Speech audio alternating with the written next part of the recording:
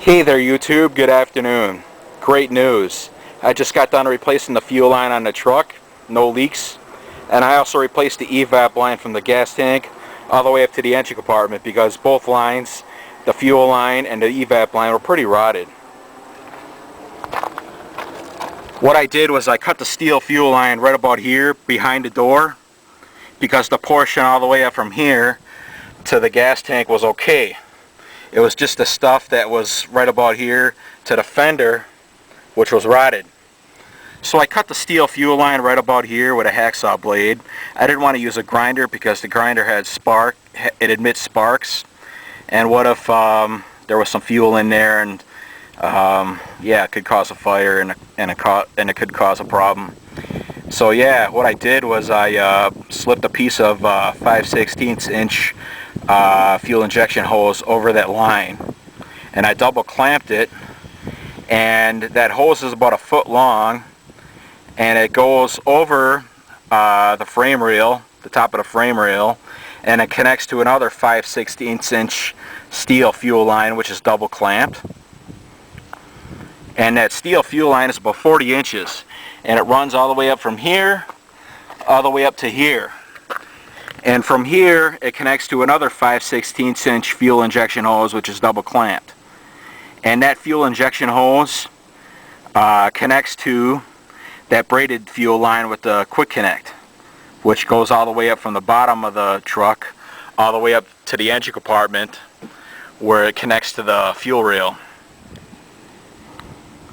And yeah, I could have used all hose, but using all hose, it would have costed me about $10 extra because that fuel injection hose is about it's about almost $5 a foot, and that's pretty expensive. So using the combination steel and rubber, it costed me $10 less. And I just used fuel injection clamps, which were kind of expensive compared to the regular hose clamps, but they don't dig into the hose like those regular hose clamps do. And I'll show you underneath the vehicle what I did. Well, we're underneath the truck. There's the gas tank, which shows you this is the rear of the vehicle, and this is where I cut the line. Here's the old portion of the line, which was still good, and here's where I cut it right about. And I slipped that 5/16 inch rubber hose on there, of the foot long piece, and I double clamped it, and that hose reaches over through the top of the frame rail, and it connects to another piece of 5/16 inch steel line, which is double clamped. The hose is double clamped on the steel line, and that line goes all the way up to here, and it runs through the top, and it runs through the top of the transmission cross member. Here's the transmission cross member, and here's the steel line. The line's about 40 inches, 5/16, and just above the transmission cross member connects another 5/16 inch fuel injection hose, which is double clamped, and that hose goes from here all the way to the quick connect.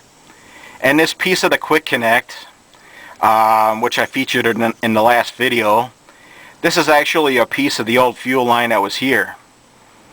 What I did was I cut it back, and I just worked that piece off, that end off, and I cleaned it up with a wire brush, and I also ground it down a little bit, ground all the rust off of it.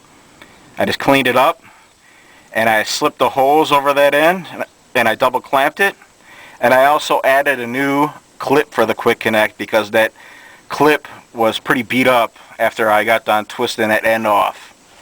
But yeah, there's no leaks. And the evap line that runs all the way up from the gas tank to the engine compartment right here, this evap line, what it is that it's 3/16 inch brake line, and I slipped a hose over it, and that brake line Goes all the way up to the fuel tank, and it connects to the hose, which connects to the gas tank. So yeah. And so far no leaks. And now I gotta lower the vehicle off these ramps and test drive it and check everything. So yeah. And that concludes this video. Bye.